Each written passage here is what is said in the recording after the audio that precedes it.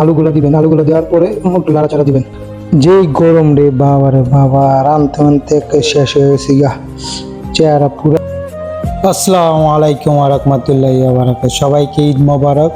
তো আজকে দেখাবো কিভাবে গরুর মাংস প্রবাসীরা রান্না করে শর্টকাটে।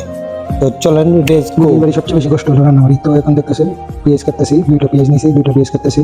পেঁয়াজ কাটতে কাটতে জীবনটা শেষ। মাংস রান্নবো, সেখানে আলু দিব না, তা কি হয়? তো 3টা আলু নিছি, আলুগুলা সরতেছি, সোলা শেষ হলে এই যে 4টা করে পিস করবো। পিস করে 3টা আলু 12টা টুকরো হবে। কাঁচামরিচ যার যার পরিমাণ মতো কাঁচামরিচ নেবেন। এই যে কাঁচামরিচ নেবেন। গরুর মাংসটা ফ্রিজে ছিল, তার জন্য ভিজায় রাখছি। দেখেন ভিজায় রাখছি, আধা ঘন্টা ভিজায় রাখছি। তো ভিজান শেষ, মাংসগুলো এখন কাটবো। এই যে কাটতেছি, যার যেরকম পিস দরকার এরকম করে কাটবেন। আমি মিডিয়াম সাইজ পিস করছি, বেশি বড় না ছোট না, মিডিয়াম সাইজ। কাটাকাটি শেষ হয়ে গেল, এখন ভালো করে ধোবো। ধোয়ার পরে 3 ধোয়া দেওয়া পরে মাংসটা আরেকটা পাত্রে রাখা। আদা রসুনগুলো চেষ্টাছি চেষ্টা চেষ্টা জীবনটা শেষ ভাই শেষ।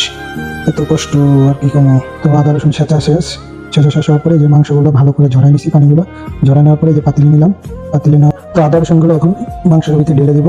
এই যে মাংসের ভিতরে ঢালতেছি আদা রসুনগুলো, দেখতে পাচ্ছেন। তো খাল, গোটা, তেজপাতা, নাকফুল, এলাচ, গোলমরিচ, যত মাংসের মশলা আছে যা আছে দিয়ে রান্না করবো। এই যে দিতেছি খালটা না ভিজে সব দিলাম। তো খাল গোটা ভিজে দেওয়ার পরে এখন তেল দিতেছি। দেখেন এই যে তেল দিতেছি, সয়াবিন তেল, পরিমাণ মতো সয়াবিন তেল দিবেন। তো রাঁধুনি মিক্স মশলা আছে একটা, যে রাঁধুনি মিক্স মশলা দিলাম, দেখছেন পরিমাণ মতো দিবেন, আবার বেশিও না কমও না। তো রাঁধুনি মশলা দেওয়া শেষ, এখন দেবো হলুদের ফাঁকি। তো হলুদের ফাঁকি দেখেন, হলুদের ফাঁকি দিতেছি, পরিমাণ মতো বেশি দিয়ে না আবার কমও দিন না, বেশি দিলে নষ্ট হয়ে যাবে কালার। হলুদের ফাঁকি দেওয়া শেষ, এখন দেবো মরিচের ফাঁকি, পরিমাণ মতো মরিচের ফাঁকি দিবেন। তো আমি আগে জিরাগুলা ব্লেন্ডার করে রাখছিলাম, তো এই যে জিরা দিতেছি, পরিমাণ মতো জিরা দিবেন, বেশি দিলে আবার তিতা লাগবে তরকারি। তো এখন লবণ দিবে, যে লবণ দিতেছি, যে যতটুকু খান অতটুকু লবণ দিবেন, বেশি লবণ দিলে কিন্তু তরকারি আর খাইতে পারবেন না।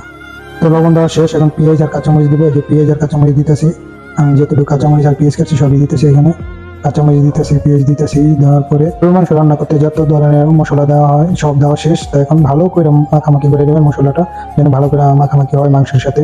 তো মাখামাখি শেষ, এখন চুলার ভিতরে বসাই দিয়েছি। এই যে চুলার ভিতরে বসাই দিলাম, তারপরে বসাই দিয়ে আবার চলে যায় না অন্যদিকে, দিলে কিন্তু ঘুরে যাবে। 10 মিনিট পরে ভালো করে দেখবেন যে কিরকম আছে পানিগুলো, একটু লাড়াচাড়া দিবেন। লাড়াচাড়া দেওয়ার পরে চলুন গরম পানি বসাবেন। যে গরম পানি যদি না বসান, ঠান্ডা পানি দিলে তরকারিটা ভালো লাগবে না। কষান যদি ভালো মতো হাতে ভালো মতো লাড়াচাড়া করে দিয়ে পরে দেওয়া আলুগুলো দিবেন। আলুগুলো দেওয়ার পরে একটু নাড়াচাড়া দিবেন। যেই গরম রে বাবা রে বাবা, রানতে আনতে শেষ হয়ে গেছি গা, চেহারা পুরা ঘেমে গেছে। এত গরম রে ভাই, রান্না যে কষ্ট।